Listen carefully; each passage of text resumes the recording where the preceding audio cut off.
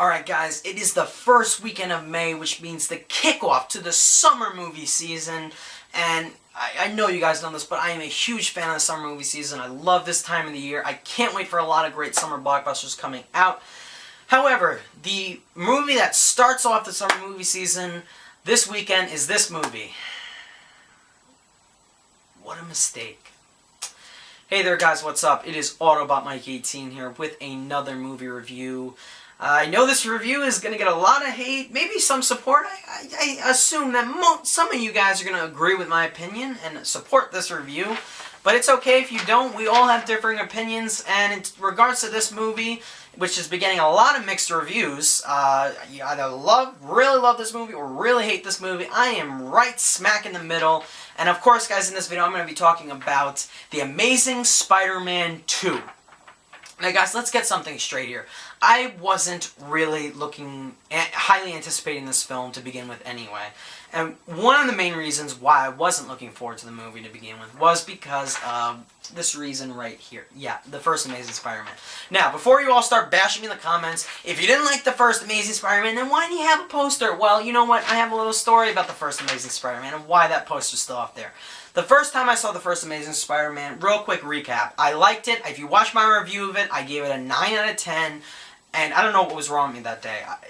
The first Amazing Spider-Man is one of those movies, you watch it the first time, you really get blown away by it. But after multiple viewings of it, and after having seen it again on TV and Blu-ray, I just started to find more and more problems with it, and I started to like it less and less. Not only because I'm a big fan of the Raimi trilogy, I grew up with those movies, but because I found problems with the first Amazing Spider-Man. So that is why that poster's still up there. I just didn't take it down yet.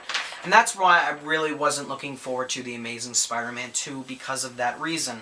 And even though the trailers looked cool, I did have an ounce of hope for this movie. I was hoping that it was going to be better than the second one. I even went into the movie thinking, I hoped it would be better than the first one. I went into this movie thinking it would be better than the first one, and I came out completely upset and disappointed because I did not like The Amazing Spider-Man 2. This movie is nowhere near as good as the first Amazing Spider-Man in my opinion, and it doesn't even touch the grace or how good the first the Sam Raimi trilogy is. This is the worst Spider-Man movie I've seen, and one of the biggest disappointing kickoffs to the summer movie season in recent memory, guys. I don't know what to say, guys. I was really let down with this film, and it's one of the biggest. It is the biggest disappointment of 2014 so far. What can I say? So before I completely bash this movie, I don't completely hate it. I just have a lot of problems with it. But I'm gonna get into the problems I had with it a little bit later on. Right now, I'm gonna sum up the premise for the movie.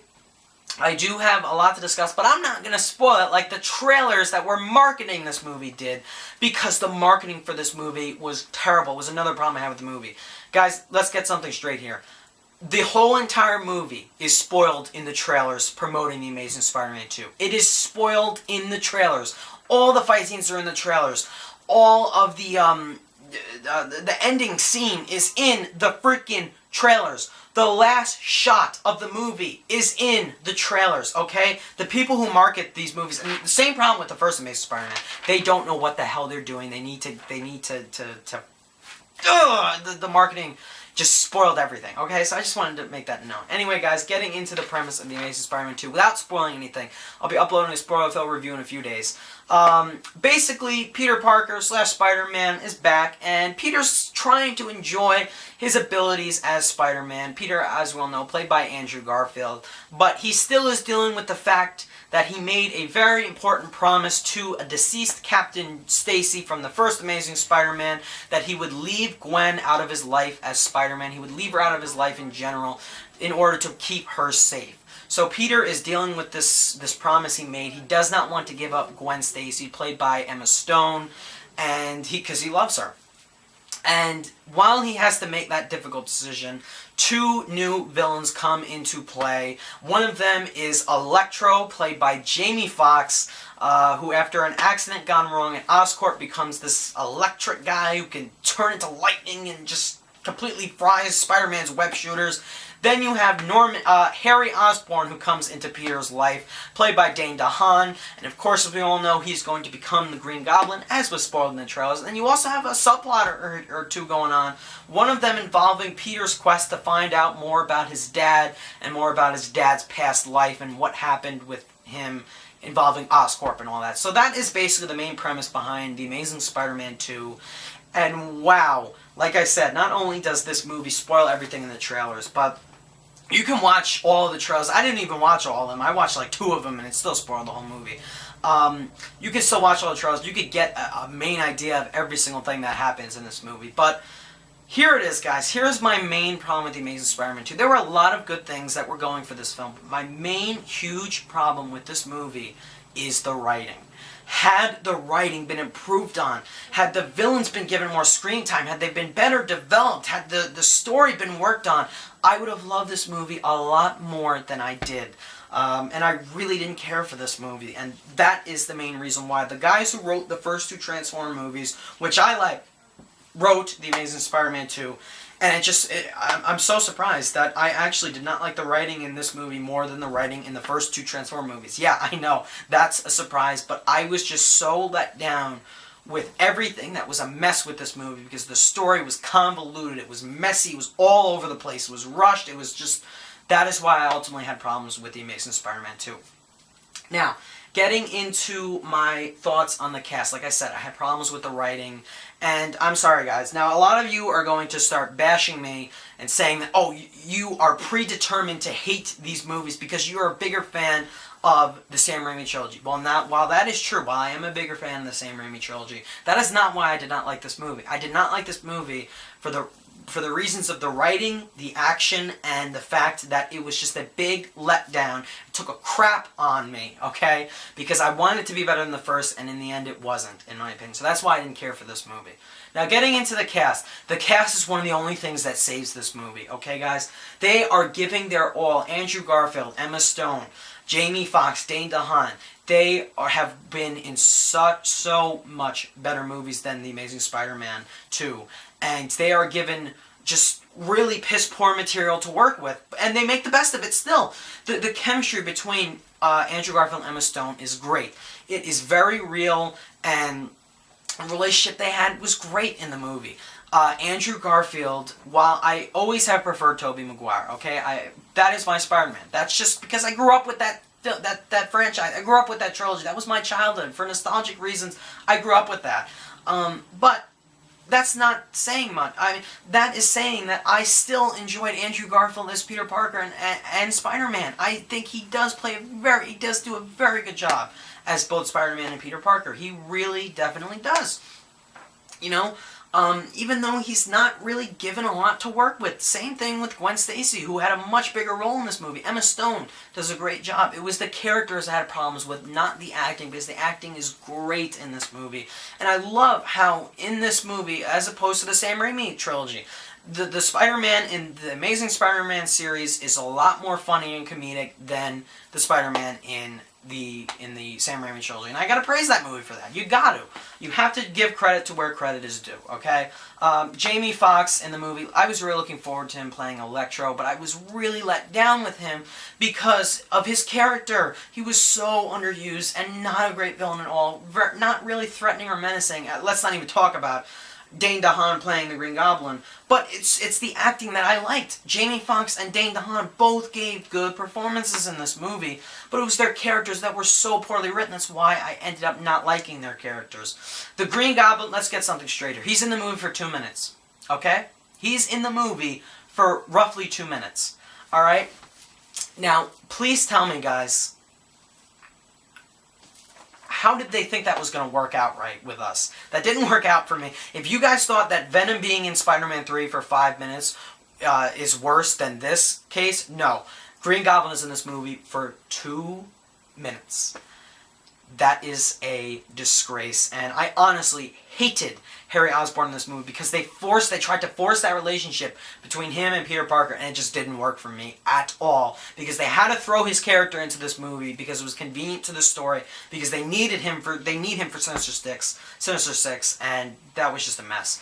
So with all that being said, guys, I know it sounds like I've been bashing this movie, but I do have redeeming qualities for this movie. There are a few things I liked about this movie. I don't completely hate this movie's guts. There were a lot of good things going for this movie, but because this movie just let me down so much, because I had hope for this movie, and I wanted it to be better than the first, which I didn't even care for that much to begin with, it just wasn't. It was worse than the first Amazing Spider-Man, and for that reason, I'm giving this movie a low rating, 6.5 out of 10. I know that is harsh, and you guys are probably shocked. You guys would probably give it a much higher rating than that, but I'm sorry, guys, I can't. I was really genuinely let down with this film because of the story and the action and how they spoiled everything in the trailers. But getting into the things that I did like about the movie does have its redeeming qualities without a doubt. Like I said, the cast is all good. They all bring their best to this movie, and it all paid off. They all give good performances. Most of them have good chemistry with each other, except for Peter Parker and Harry Osborn, which I just didn't really buy. Because Harry Osborn was forced into the movie, but I thought the cast was great. Mark Webb definitely can direct a Spider-Man movie. He did a good job directing this movie, without a doubt. The score is so much better than the first Amazing Spider-Man. Hans Zimmer composed it along with the Magnificent Six. They worked. It was like a joint cooperation or whatever. And I thought they did a very good job with the score. The theme for Electro was awesome. I loved it. I thought the visuals were great. The special effects really was great. The Times Square scene was really impressive in my opinion. Some really good visuals. I'm not going to say I loved the action because I really wasn't a huge fan of it, which I'll get into. I loved what they did with Spider-Man's costume in this movie. They improved it in my opinion. I love it a lot more than the first Amazing Spider-Man costume, without a doubt. And I love how Electro looked in the movie. So like the makeup and like the costume design, all that looked really good in my opinion overall. And that's everything I enjoyed about the movie. But I only have two main problems with the movie, but those two main problems overpower everything I loved about this movie, and that's why I have negative feelings towards it. So, as I said, which I know what I didn't elaborate on this. One of my biggest problems with the movie is the action. 9 times out of 10, except for Iron Man 2, the second film in a superhero franchise, the action is always bigger and better than the action in the first film. The action in this movie, when you look at how many fight scenes were in this movie, it's actually very upsetting that there are about roughly 3 fight scenes in this movie, 2 of which are about, I'm going to say, 2 minutes long, tops. That is really upsetting. The action they did not go bigger with the action, and that is a problem I have with the movie. I thought they would, but I was wrong. And now, my granddaddy of all problems I had with this movie, without a doubt, goes to the story. Just a completely messy, rushed, underdeveloped story with cliches, predictable plot points and everything. It was just such a mess. The villains were underdeveloped, just completely not unmenacing. The plan the teaming up of Electro and Green Goblin was just a disgrace in my opinion.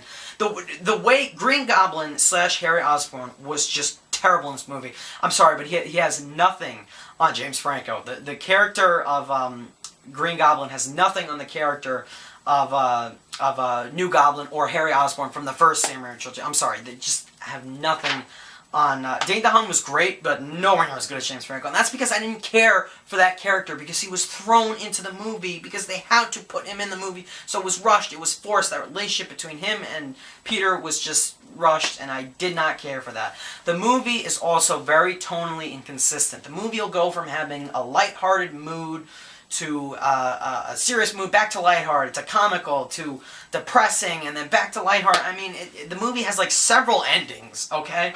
So, again, that's another main problem with this movie. And another thing, which was a similar problem that the first Amazing Spider-Man had. The humor is, again, unnecessary in a few scenes and overdone as hell. It's just... Oh, in one of the first opening scenes, the humor is just so present, and you're like, they are trying so hard to add humor into this, and it's just so unnecessary. Why can't this movie be a lot more serious? They're already going for a more serious, dark tone, kind of like with what Nolan did with the Batman franchise, but it's just, it doesn't pay off because of the lighthearted, crappy jokes. I mean, there's a few funny moments in this movie with Andrew Garfield as Spider-Man, but other than that, no, the humor just doesn't work for me. It's over the top, and it doesn't need to be there half the time. So, that is how I felt about The Amazing Spider-Man 2. The only good thing I can praise the story writing. That's the big problem, that's the fault of this movie. The plot. Had this movie been worked on, had the dialogue been fixed, had the characters been better developed, had the villains been given more screen time, had they been more menacing, I would have loved this movie. The only thing I could give this plot is I enjoyed the subplot about Peter trying to find answers about his parents' past. That is the only thing I can give the plot. Other than that, I can't give this movie anything else, guys. I was really let down, and that's why I gave this movie a 6.5 out of 10. Because of how much it upset me, how much of a letdown it was for me. 6.5 out of 10, guys. A very poor start to the summer movie season. I was very let down with it because I had hope for this movie. I wanted it to be better than the first, but it is not better than the first Amazing Spider-Man, and is definitely not even close to the Sam Raimi trilogy, in my opinion. So that's how I feel, guys. What did you guys think of The Amazing Spider-Man 2? I'm not really going to even recommend it to you guys because I just personally didn't care for it. I just had problems with it. But if you enjoyed the first one a lot, you might enjoy this one just as much, if not more. But if you really didn't care for the first one too much, I don't think you're going to like this one either. So that's all I have to say, guys, about The Amazing Spider-Man 2. Let me know what you thought of it down below. Did you like it? Did you hate it? Thanks for watching my review, guys. I hope you enjoyed it, and